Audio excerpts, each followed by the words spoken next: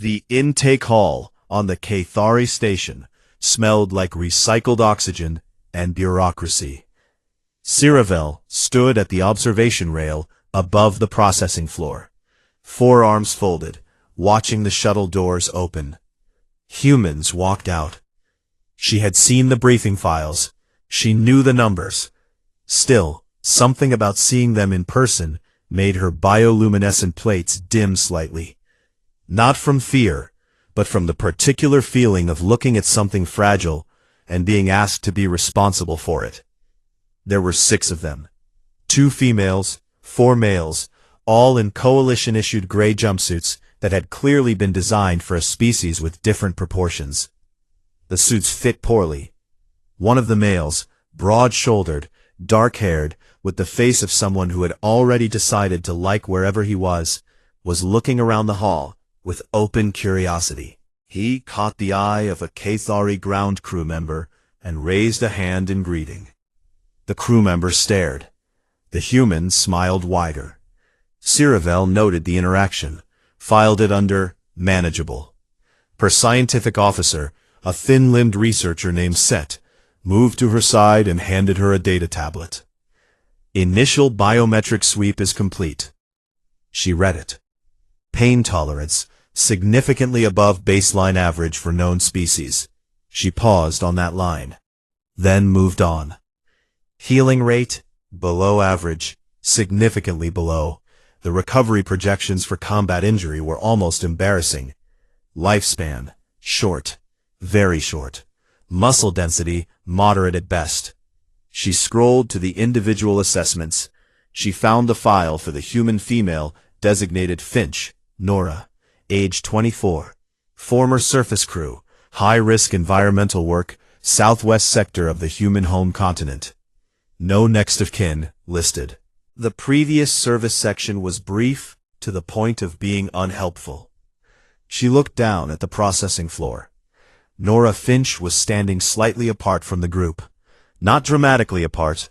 Not the posture of someone who wanted to be noticed for being alone. Just separate. She was watching the hall the way someone watches a room they are trying to map. Her face gave away nothing. She was average height for a human female, which made her small by every other standard in the room. Her hair was pulled back. Her hands were still. HFY watched her for a moment. Then she finished reading the file and moved on. The medical evaluation took 3 hours. The HFY medics were professional, but their confusion was visible, and the humans, to their credit, found it funny. The broad-shouldered male, whose name was Lou Beckett, laughed when the bone density scanner produced a reading that made the medic recalibrate 3 times. "Is that bad?" he asked. "That face you're making, is that the bad news face?" The medic did not have a good answer. Dale Pruitt, the quietest of the male recruits, sat through every scan without expression. When the medic noted his resting heart rate, lower than expected for a pre-combat intake, low enough that the medic checked the equipment twice, Dale simply said, "Yeah," and waited for the next test. Nora Finch went through the scans last. The medic pulled HFY aside after. He was holding the tablet with both hands, which for a HFY meant something was bothering him. "The pain tolerance readings," he said. "I saw them. Commander, the scale we use goes to 100. It is a standard scale. It accounts for all known species." Her result was 114. HFY looked at him. "The scale does not go to 114, he said. "I understand how scales work. I recalibrated. I ran it twice." He held the tablet out. 114. She took the tablet. She looked at the number. Then she handed it back. "Noted as an anomaly," she said. "Flag it for follow-up." She walked back to the observation post. She did not flag it for follow-up. The first formation assembly was at the end of the first day. The full Legion unit, 800 HFY soldiers, various support specialists, and now 6 humans, stood in the main drill yard under the blue-white lights of the station. HFY addressed them from the platform. She spoke about the mission parameters, the upcoming deployment rotation, the Coalition's expectations. Standard assembly content. She had given this speech, or a version of it, 40 times. When she reached the section about the provisional human unit, she looked at them directly. They were in the third row. They looked small next to the HFY soldiers around them, the way a different kind of tool looks small when placed next to the one built for the job. She made eye contact with each of them in sequence. When she reached Nora Finch, Nora was already looking at her, not with nerves, not with the overbright compensating attention of someone trying to prove they belonged, just watching, the way a person watches something they are trying to understand. HFY finished her address. At the end, she opened the floor for questions, a standard formality. Nora Finch raised her hand. Yes, HFY said. What are the primary threat variables in the deployment zone? The kind of question a senior officer asks in a tactical briefing. The kind of question no provisional recruit had ever asked her in a first-day assembly. HFY answered it, briefly, factually. Nora Finch nodded once and put her hand down. Set leaned towards HFY. Interesting. She asked a practical question, HFY said. In a first-day assembly. Note it, a pause. File it under limited contextual awareness. Set looked at her, said nothing. That night, HFY wrote her log entry for the day. She wrote about unit integration protocols, the logistics of the upcoming rotation, the standard observations about the human physiological assessments. She wrote 3 sentences about the pain tolerance anomaly and then moved on. At the end, she wrote about the provisional unit. The human recruits present a range of adaptive profiles. The male designation Beckett shows high social integration instinct, which may have unit cohesion value. The male designation Pruitt presents minimal behavioral data at this stage. The female designation Finch presents no outstanding variables. Integration with standard unit rotations should be straightforward. Then, she reviewed the entry. She thought about the question Nora Finch had asked, about the stillness of her hands in the processing hall, about the pain tolerance number that broke the scale. She did not change anything in the entry. She closed the log. She told herself she had assessed correctly. She had been telling herself correct things for 40 years of command, and she was good at it, and she believed herself. She turned off the light. Down in the crew quarters, in the third bunk of the provisional human unit's assigned bay, Nora Finch lay on her back and stared at the ceiling. She had not unpacked her kit bag. It sat on the floor beside the bunk, still sealed. She wasn't planning to stay long. She wasn't planning to leave either. She just lay there, the way a load-bearing wall stands in a house, not because it wants to, but because that is what it does, and it has been doing it for so long that wanting stopped being part of the equation. The station hummed around her. The first week of drills established a clear pattern. The HFY soldiers were better at almost everything. This was not opinion, it was data. They were faster, stronger, more durable, and had been training for coalition combat since they were juveniles. The human recruits knew this. The HFY knew this. Everyone in the drill yard knew this. And the knowledge sat in the air, like humidity, that nobody mentioned, because mentioning it would not change the weather. Lou Beckett's response to this was to try to make friends with everyone. By the end of day 2, he had shared food with 6 different HFY soldiers and learned the names of 3 of them. By day 4, a senior HFY sergeant named Rel was eating something Lou had described as trail mix, basically. Don't think about it too hard. And looking genuinely thoughtful about the experience. Dale Pruitt's response was to say very little and do exactly what he was told, with precision, and then stop. Not robotic. More like someone who had learned exactly how much energy each thing cost, and had stopped spending more than was necessary.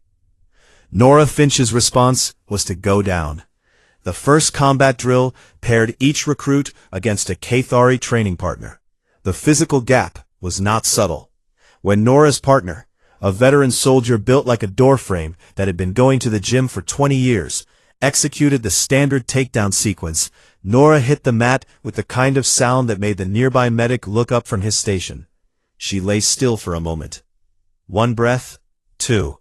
She got up. He had not expected her to get up that fast. He went through the sequence again. She hit the mat, again. She got up, again. HFY was on the observation level, reviewing rotation schedules. She was not watching the drill floor specifically. She noticed anyway. By the 8th repetition, her partner had stopped looking anywhere else. By the 12th, he had stopped going through the motions.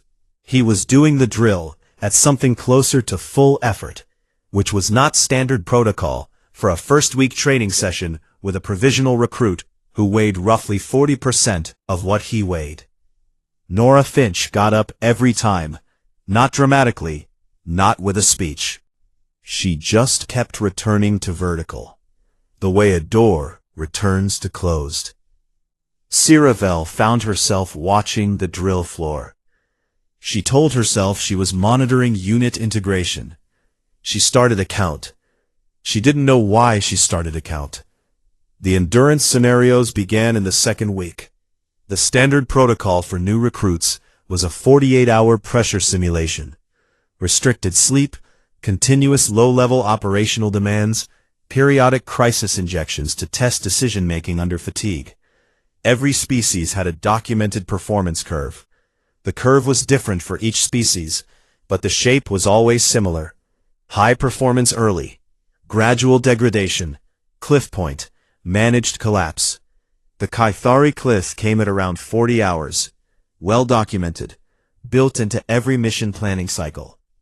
The human data was not well documented. There were only 6 of them in the coalition, and this was the first formal endurance assessment anyone had run on human recruits under coalition conditions.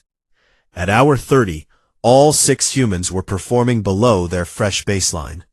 Expected. At hour 40, the degradation had slowed. At hour 48, the standard endpoint, HFY was reviewing the performance graphs, and something was wrong with the shape of them. The Caithari curves had the expected arc.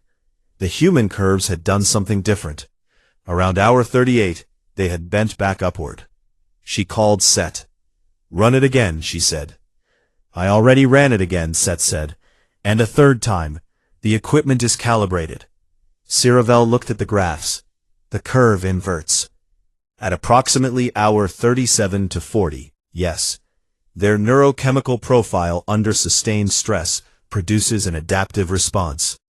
Several stress markers that would represent degradation in other species appear to function in humans as performance enhancers above a certain threshold. Set paused. It is not unlike the way certain materials become stronger when placed under tension rather than weaker. They perform better when it gets worse. In some metrics, yes, decision processing speed increases. Risk tolerance recalibrates upward. Pain response further depresses. Another pause. It is an unusual evolutionary profile. HFY said nothing for a moment. "File it," she said. She put down the comm. She looked at the performance graphs for a long time. Dale Pruitt had a bad night in the 3rd week. No one on the team made a point of discussing it. The sounds from his bunk were not loud, just present, in the particular way that a sound at 3 in the morning is louder than the same sound at noon. HFY's night staff noted it in the routine monitoring log. Nothing more. In the morning, Dale Pruitt was at formation on time. He was functional, he ate, he ran drills. He was exactly as present as he needed to be, and no more, and no one who didn't know what to look for would have seen anything. HFY's monitoring confirmed that Nora Finch had been awake. Not because Nora did anything dramatic. She hadn't. She had simply been present, sitting on the floor next to Dale's bunk in the dark. Not talking, mostly. Just there. The way a person is there when they've decided that being there is the only thing they can offer, and they've decided it is enough. HFY watched the monitoring feed. She had 37 species represented in her command experience. She had models for how each of them handled unit distress events. Those models included everything from ritual protocols to pharmacological support to specific hierarchical response chains. She did not have a model for sitting on the floor in the dark. She didn't know what category to put it in. She left it unfiled. This was the first thing she had left unfiled in 40 years. By the end of the third week, HFY had a number: 43. 43 times Nora Finch had gone down in training and come back up. She had the count in a secondary column in her command log that she had opened one evening without fully deciding to open it, and then kept adding to. She had told herself when she started it that she was tracking a performance variable.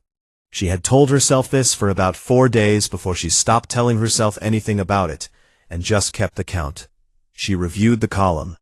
She was not the kind of commander who kept informal secondary counts on individual recruits. She had not done this in 40 years of command. She had done it now, with this specific recruit, without making a conscious decision to do so. She reviewed Nora's file, the intake assessment, her own note, no outstanding variables. She looked at the count, 43. She thought about the pain scale number that didn't fit the scale. She thought about the performance curve that bent the wrong way. She thought about the woman sitting on the floor in the dark. She closed Nora's file. She opened it again, almost immediately. She didn't update the assessment. She wasn't ready to update the assessment. She wasn't ready to name what would replace it, because replacing it meant admitting that the first version had been wrong, and she had been confident when she wrote it, and confidence was the thing she traded on in 40 years of command. And if that confidence had missed something in the first 6 lines of a recruit's file, then she needed to know what else it had missed. And that was not a comfortable question to be asking herself at this particular point in the deployment rotation. She closed the file. Outside, in the drill yard, Nora Finch was running a solo repetition drill in the hour before lights out. No one had asked her to. No one had assigned it. No one was watching. Or so she would have assumed if she had thought about it, which she probably hadn't, because Nora Finch did not seem to do things for the purpose of being seen doing them. She went down. She got up. She went down. She got up. HFY watched from the high window of her command office and did not close the screen. The count went to 44. She stared at it for a long time, and then she went to bed, and she did not sleep particularly well, and in the morning she opened the file again before she had finished her first cup of whatever the station served that approximated coffee. And the classification field still said no outstanding variables, and she still did not change it. And she was aware, in the specific uncomfortable way that competent people become aware of things they have been avoiding, that this was becoming a problem. Not Nora Finch. Her own assessment of Nora Finch problems. She was beginning to understand that. The formal debrief began at noon and ran for 4 hours. Representatives from 11 species sat around the coalition command table, and every one of them had a theory about the Vreth withdrawal. An equipment failure in the Vreth's assault formation, a strategic feint, a controlled retreat designed to bait the Legion into an exposed position before a second wave, a communication breakdown in the Vreth's command network, an unusual combination of defensive conditions that had produced a result no one had modeled for. 11 species, 11 theories. Not a single one of them mentioned the human standing in Corridor 9. HFY sat at the head of the table and listened to all 11 theories with the patience of someone who has already decided what she is going to say, and is waiting for the room to finish before she says it. She said nothing until they were done. Then she put the engagement feed on the main screen. Corridor 9, Hour 6, the 4th wave. Nora Finch stepping into the open. She played it without comment. The room was quiet. I have commanded units from 37 species, she said. I have a model for every one of them. I have documentation on performance curves, threshold points, breakdown patterns, and recovery arcs. This data is reliable. I have tested it across 40 years, and it holds. She paused. I do not have a model for what you are looking at. She let that sit for a moment. I think that is the point, she said. The representative from the Sorrel delegation said, one anomalous engagement does not constitute a revised tactical model. It constitutes a revised question, HFY said. Silence. She looked at the feed, paused on the image of Nora Finch standing in the corridor, small, in the practical physical sense, below average on half the intake metrics, provisional by every charter designation the Coalition had assigned her. We were asking whether humans could function in Coalition combat conditions, she said. That was the wrong question. The correct question is whether our existing models for what combat readiness means apply to them at all. She turned from the screen. Based on this engagement, I believe the answer is no. The debrief produced no formal conclusions.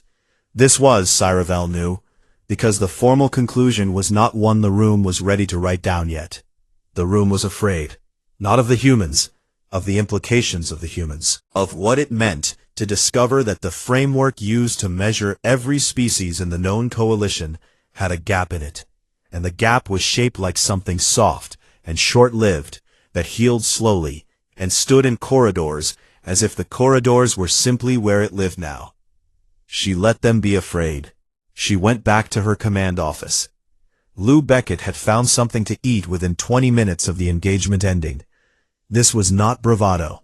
He had looked exhausted when it was over, his hands carrying the faint tremor of someone whose adrenaline had finished doing its job and left the body to settle its own accounts. But he had found food, the way he always found food, and he was sharing it with whoever sat near him. And within an hour, the immediate blast radius of his presence contained 2 Cathari soldiers. One forearm specialist from a species HFY couldn't immediately place, and Dale Pruitt, who was eating in the careful way someone eats when they are not entirely sure their body has decided to fully show up yet. Nora Finch was at the end of the bench, eating, not in conversation, not avoiding conversation, just sitting with the quality of a person who is very good at being done with the thing when the thing is over. No visible processing, no visible performance of not processing. Just done. Eating. HFY walked through the mess hall on her way to the post-debrief documentation review and saw all of this and did not stop. She thought, what did the Vreth see? She went to write her reports. Humanity's provisional charter status generated 11 emergency sessions in the 3 weeks that followed. HFY was present at most of them. She testified twice. She presented the data twice, the endurance curves, the biometric anomalies, the engagement feed, the Vreth withdrawal record, which was formerly the first of its kind in logged coalition history, and which every analyst who read it described, in their own language, using their own word for, that shouldn't have happened. The species that had wanted humans removed from the coalition found the ground was different than it had been before the engagement. You could argue against a species' value in the abstract. You could argue philosophy and resource allocation and integration difficulty. You could not argue easily against footage of the Vreth stopping. The footage was 1 minute and 40 seconds long. It had been watched by the intelligence community of 8 species, a collective total of several thousand times. The provisional charter was not revoked. It was not upgraded either. The bureaucracy had not caught up to the event.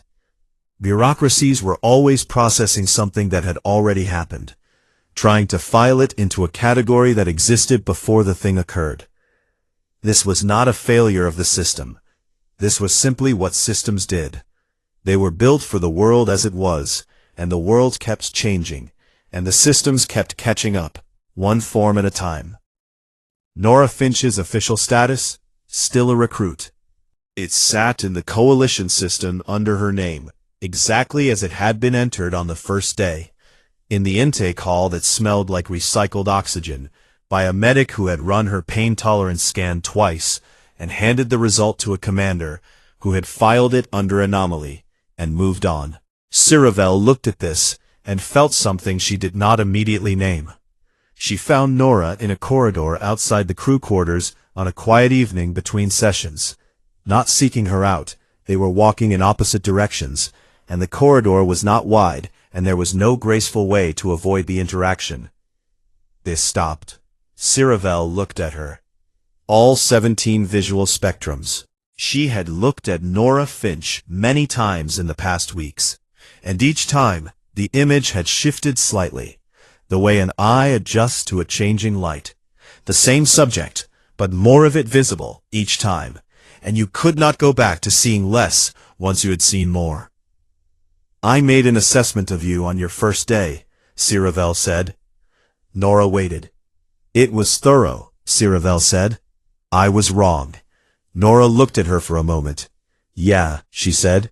And then Nora walked around her and continued down the corridor, because she had a shift in 40 minutes, and she'd like to finish her food first. Ciravel stood still. This was not the ending she had expected. It was, she understood, without being entirely able to explain why, the correct ending. Nora Finch was not a revelation that wanted an audience. She was not a story waiting to be acknowledged. She was a recruit with a shift to run, and food to finish, and a kit bag that had been sitting half unpacked since the first day. And the engagement in Corridor 9 was something she had done, and was now done with. And that was simply how she moved through the world. Forward, without ceremony, without waiting for the moment to be sufficiently witnessed. It was the most alien thing Ciravel had encountered in the entire deployment. That night she opened Nora's file for the last time. She scrolled to the classification field, the blank one, the cursor that had been waiting there since the night of the engagement, patient and unhurried, holding the space where the answer was supposed to go. She thought about the intake assessment she had written on day 1. Confident, built on 40 years of knowing how to look at a recruit and name what she was looking at. She thought about a scale that only went to 100. She thought about a performance curve that bent the wrong direction. She thought about 44 times down and 44 times back up, and a woman sitting on the floor in the dark, and 11 seconds of stillness in a corridor where every other living thing had compressed, and the Vreth standing without moving for the first time in recorded history. She thought about the specific difference between a ceiling and a horizon. She typed variable, ongoing. She closed the file. It was the first time in 40 years of command that she had closed a file, not because she had finished with it, but because she understood, finally, that it would never be finished. There was more in it than any classification could hold. It would keep becoming something she hadn't accounted for, and she would keep opening it, and that was not a failure of her system. That was the correct use of it. Down the corridor, in the mess hall, Lou Beckett was explaining to 3 Cathari soldiers what a breakfast burrito was and why it mattered. The explanation was going poorly and wonderfully at the same time. Dale Pruitt was there, present, eating, quiet, in the way he was learning to be quiet. Not the loaded quiet of before, but something that had a little more air in it. Nora Finch was on shift. She had been wrong about the category. She had been wrong about what a category was for. She had spent 40 years building a system for naming what she saw, and the system was good, and the system had a gap in it, and the gap had walked off a shuttle in a poorly fitting jumpsuit on a Tuesday morning, and stood in a formation with its hands still. The Vreth, it turned out, had noticed before she did. That was the part that stayed with her. Not the engagement, not the footage, not the 11 emergency sessions, or the Coalition's slow bureaucratic reckoning with what had happened in Sector 12. What stayed with her was the specific order of events. The Vreth, apex predators of the known galaxy, had recognized what Nora Finch was before Ciravel had. They had updated their model in real time, in a corridor, under fire, 11 seconds after she stepped into the open. Ciravel had needed weeks. She thought about that for a while. Then she turned off the light. And in the morning she opened a new document, not Nora's file, a different one. And at the top she wrote, Current Coalition Intake Assessment Framework, Recommended Revisions. And she began to write, in the careful and specific way she had written everything for 40 years. Except this time, she was writing towards something she did not yet fully understand. And she was doing it anyway, because that was what there was. And she was here. And in her experience, that was usually how the important work started. The Vreth's major push came on the 9th day of deployment. Siravel had known it was coming. The signs were not subtle once you knew how to read them. Increased scout activity in grids 3 and 7. A shift in their formation patterns from probing to something with more intention behind it. The specific kind of quiet that predators produce when they are no longer testing and have moved into deciding. She had run the projections. She had updated the defensive plans. She had briefed her senior staff at 2 in the morning, with the particular calm of someone who has done very hard things, enough times to understand that calm is not the absence of fear. It is a tool, and she was good with tools. The unit was ready. Then the Vreth arrived, and ready stopped meaning what it usually meant. They came through 3 corridors simultaneously. This was their standard approach when they had decided a unit was worth full pressure. The statement was a simple one. It said, "We know your threshold. We know where it is. We are going to push until we find it, and then through it, and we will be waiting on the other side." They had delivered this statement to 41 species. It had always been correct. Siravel ran the defense from the mobile command station. 4 arms, 3 screens, constant communication with 12 unit leaders. She was good at this. This was what 40 years of command looked like in practice. Not genius, not inspiration. Just accumulated knowledge moving through her hands faster than conscious thought. The way a language moves through a speaker who has been speaking it their entire life. For the first 2 hours, the unit held. By hour 3, the fracture was beginning. She watched it in the biometric feeds before she saw it in the field. HFY veterans. Soldiers she had commanded for 7 years. Soldiers who had citations and commendations, and the kind of track record you build across a career, began to compress. Not breaking. They were too professional to break in the way a young unit breaks. But their behavioral envelope was getting smaller. Orders were being obeyed, but slowly. Decisions that they would normally make independently were coming back to her for confirmation. The unit was technically functional. The Vreth were making it smaller. This was what the Vreth did. This was the mechanism. They did not need to destroy a unit. They only needed to make each soldier inside it feel smaller and smaller, until the unit could no longer act from its own initiative, until it was only reacting, until it was only managing the space between one Vreth contact and the next, until the threshold arrived and the whole structure gave at once. Siravel had protocols for this stage. She ran them. In Corridor 9, Nora Finch's unit had been holding a flanking position for 6 hours. The position was not supposed to be contested this long. The projections had placed Corridor 9 as secondary pressure, low intensity, holding role, unlikely to see direct Vreth engagement until the main corridors were resolved. The projections had been wrong, because the Vreth had adjusted their approach pattern in real time, which they did when they identified a weakness elsewhere and needed to route pressure. Corridor 9 was where the route had landed. 3 waves had come through in 6 hours. The HFY escort alongside the humans was down to 4 soldiers from 7. None of the humans were down. Siravel kept returning to the Corridor 9 feed on her secondary screen while managing the wider engagement. She would be coordinating a crisis in Corridor 4, and her eyes would move to 9. She would be running a communication chain through the main defensive line, and her attention would pull toward 9. She was aware this was happening. She did not stop it. The 4 remaining HFY soldiers in Corridor 9 were functional. They were also at the edge of their envelope. She could see it in the way they moved. The compression was there, the tightening, the thing the Vreth always found in every species eventually. They were good soldiers doing what good soldiers do when their body is telling them something their training is trying to override. And the training was winning, but only just. Nora Finch moved differently. She had been in the corridor for 6 hours under sustained assault, and she moved with the same directional quality HFY had first seen in the initial engagement. Not careless. She was taking cover, reading the corridor, calling positions to the HFY soldiers beside her. All correct, all functional.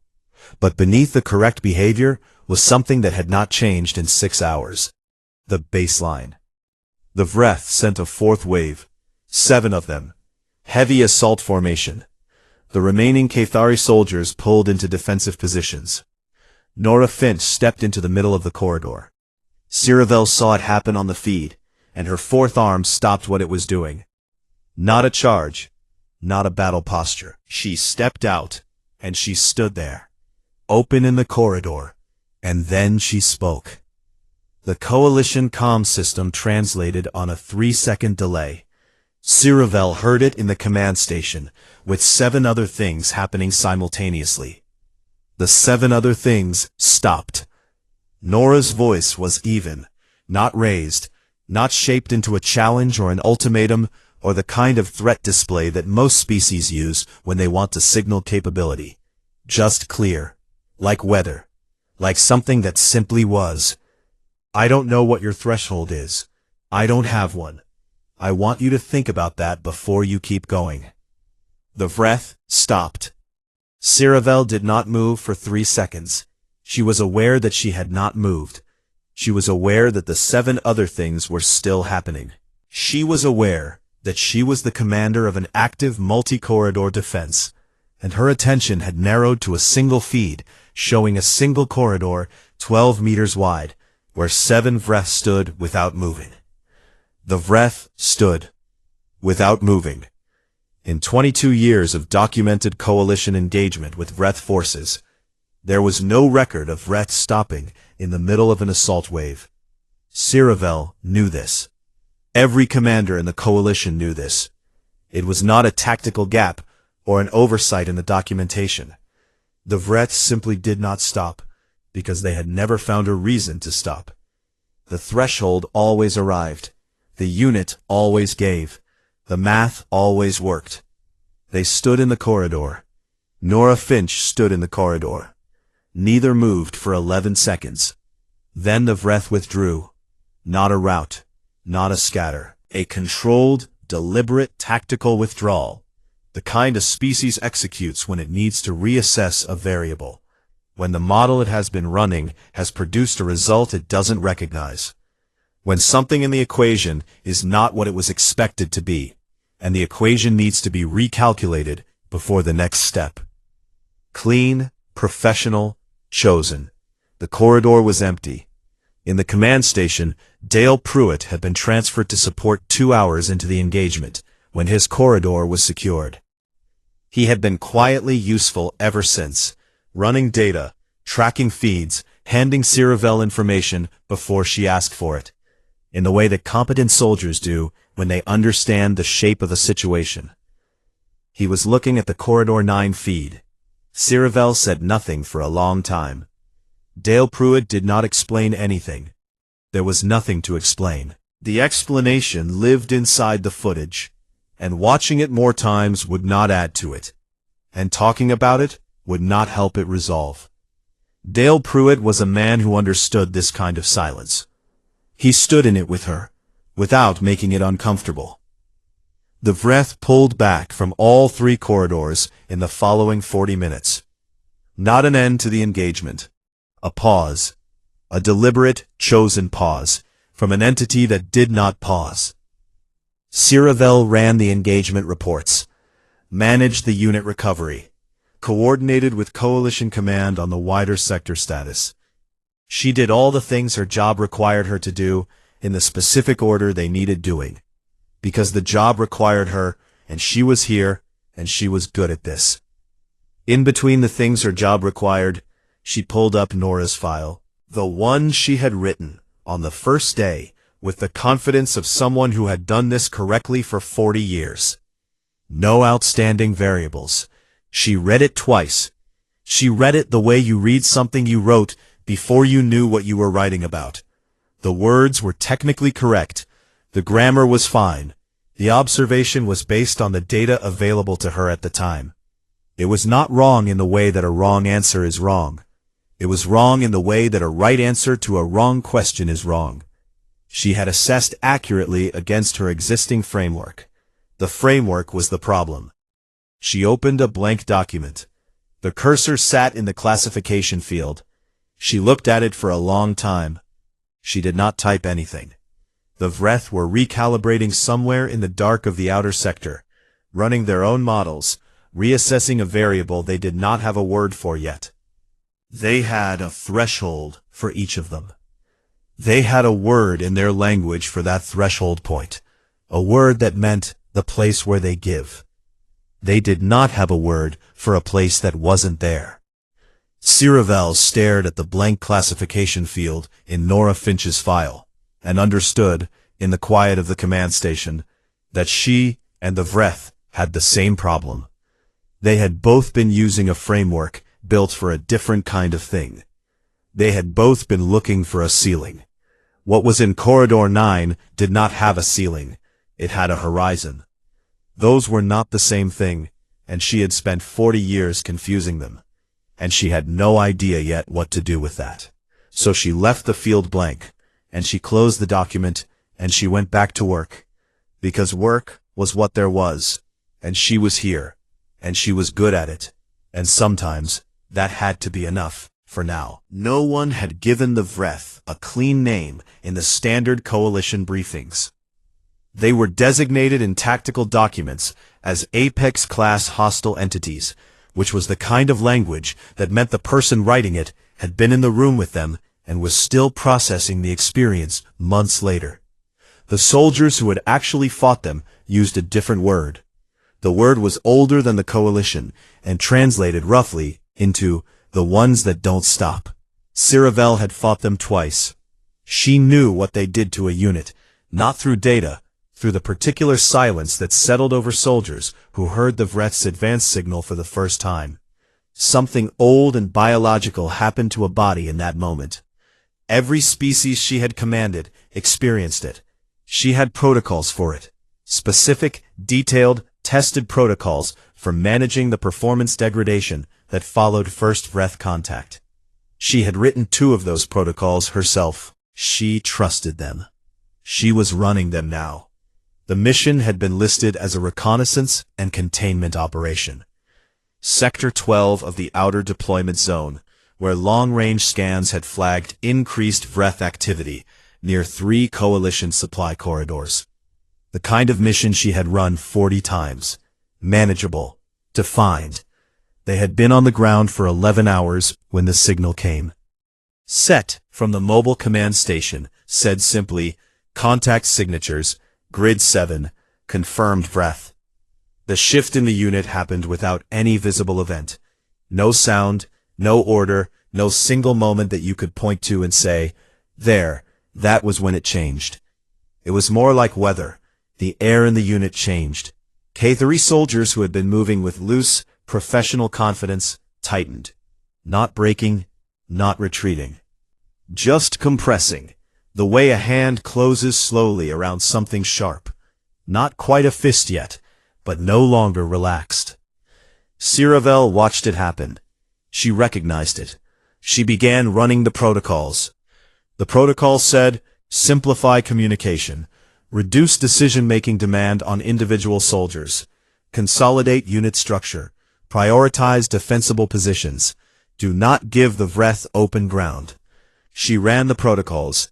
Her 4 arms were doing 3 different things simultaneously. Her command staff was good, and they responded well. The unit began the consolidation sequence. In Grid 7, the Vreth were moving. Lou Beckett, 2 corridors forward of the main unit, said over the comm, "Okay, so that's them." No one answered immediately. "That's a lot of them," he said. "A little too steady." In the specific way a voice gets when a person is doing the work of keeping it steady on purpose, and they are aware that they are doing the work. Nora Finch was beside him. Ciravel had pulled up the forward unit's visual feed on her command screen. She watched the two humans and their 4-soldier Cathari escort in the corridor. The Vreth advance team was 30 meters ahead, 3 of them, which for Vreth was more than enough. They moved differently from other species, not faster exactly, more like how sound moves, present before you can identify the source, and then suddenly very close. The Cathari soldiers in the corridor slowed. Ciravel tracked their biometric feeds on her secondary screen. Heart rate up, reaction time beginning to degrade, standard Vreth contact response, expected, manageable. The protocols accounted for this. She had a step for this. She had a step for everything that was about to happen. Then one of the Cathari soldiers stopped moving entirely. Not from injury. His feet stopped. His body's older systems had overridden the trained ones. He was not a young soldier. He had 12 years of service and 2 commendations. It didn't matter. This was not about experience. This was about what lived below experience. Ciravel opened the comm. Escort unit, maintain formation, advance to marker 3. She was still speaking when Nora Finch moved. Not fast, not in the way that reads as a charge or a moment of inspiration. She moved with direction, which was a different thing entirely. She crossed the corridor in 10 steps, and the geometry of her movement was so certain, so committed, that the 2 remaining mobile Cathari soldiers moved with her before they had processed a conscious decision to do so. She had not ordered them. She had not gestured to them. She had simply moved, and moving had been enough. The Vreth advance team encountered the 3 of them at the marker. What happened in the next 40 seconds was logged by the corridor's tactical feed. Ciravel watched it twice from the command station, then a 3rd time. What she was watching was not skill exactly, though it was that too. Nora Finch was competent. She had clearly been trained well before she arrived, in something, by someone. But that wasn't what Ciravel kept returning to the feed for. Every other being in that corridor had a point at which the Vreth's presence produced a physical response that affected behavior. A hesitation, a flinch, a compression. Something biological and involuntary that sat below training and below willpower and below every protocol Ciravel had ever written. Nora Finch did not have that point. She moved through the engagement the way water moves through a crack. Not because she was stronger than the material, but because she did not appear to register the material as a barrier at all. The advance team was neutralized. The corridor was held. Ciravel reviewed the feed in the command station while the unit resettled into defensive formation. Set was at her left side, quiet, not asking questions. She watched the 11 seconds before Nora Finch moved. She was looking for the fear response, not the absence of visible reaction. People perform differently under adrenaline. She knew that. It was in the literature. She was looking for the specific biological event that every known organism experienced in Vreth proximity. The signal that something ancient in the body sends when something dangerous is close. The signal that the protocols were built to manage, because it was a universal constant, because it was the one thing every species shared. She watched the feed 4 times. She could not find it. Not suppressed, not overcome. Simply not there. She thought about the pain scale, the one that went to 100. The one Nora Finch had scored 114 on. She thought about the word the medic had used afterward, anomaly. She was beginning to think it was not an anomaly. An anomaly was something that didn't fit the existing data. What she was looking at was starting to feel like data that didn't fit the existing framework, which was a different problem, a much larger one. Lou Beckett was sitting on a supply crate, eating something from a foil pouch, when Ciravel crossed the forward position after the corridor was secured. He looked up at her. He was a little pale beneath his natural skin tone. His hands had a faint tremor that showed up in the specific way it shows up after the adrenaline has burned off and the body is settling its accounts. He was clearly fine. He was also clearly not entirely fine, and he knew it, and he was not pretending otherwise, which was itself a kind of competence she hadn't expected. "There's something," he said, not to her specifically, just out loud, to the general air. She stopped. "Your unit held the corridor." "Yeah." He looked at the foil pouch. "Nora's good in those situations." "Those situations," HFY said. "Has she been in situations like this before?" Lou was quiet for a moment. The kind of quiet that is its own answer. "I think she has." He looked up at her directly for the first time. "Don't ask about before." It was said plainly. Not as a warning, not as a deflection. Just a clear and simple instruction from someone who knew exactly what he was offering and what he wasn't. HFY moved on. That night she called Set from her command station. "I have a question," she said. "It's not a tactical question." "All right," Set said. "Is it possible for a species fear response to be redirected? Not removed, not suppressed, but routed somewhere else?" Set was quiet for a moment. "What do you mean by somewhere else?" HFY thought about the feed. The 11 seconds. The absence where the biological event should have been. "I don't entirely know," she said. She ended the call. She sat with the question, the way you sit with a number that breaks your scale. Not because you don't believe it, but because you haven't yet built the thing that can hold it. Outside the station wall, somewhere in the dark of the outer sector, the Vreth were still moving. They never stopped. They had never, in recorded coalition history, had a reason to stop. But tonight, something had not stopped either. Something had stood in a corridor for 6 hours, and moved when it was ready to move, and not before. And the Vreth's advance team had encountered it, and been neutralized, and HFY could explain the tactical outcome with the data she had. She could not explain what she had seen in Nora Finch's 11 seconds of stillness. She pulled up Nora's file. She read, "No outstanding variables." She closed the file. She did not open it again that night. She made herself leave it closed. She sat at her command desk in the quiet of the station, and she thought about a scale that only went to 100, and a woman who had scored 114, and all the things her scale did not have numbers for. There were more of them than she had previously considered.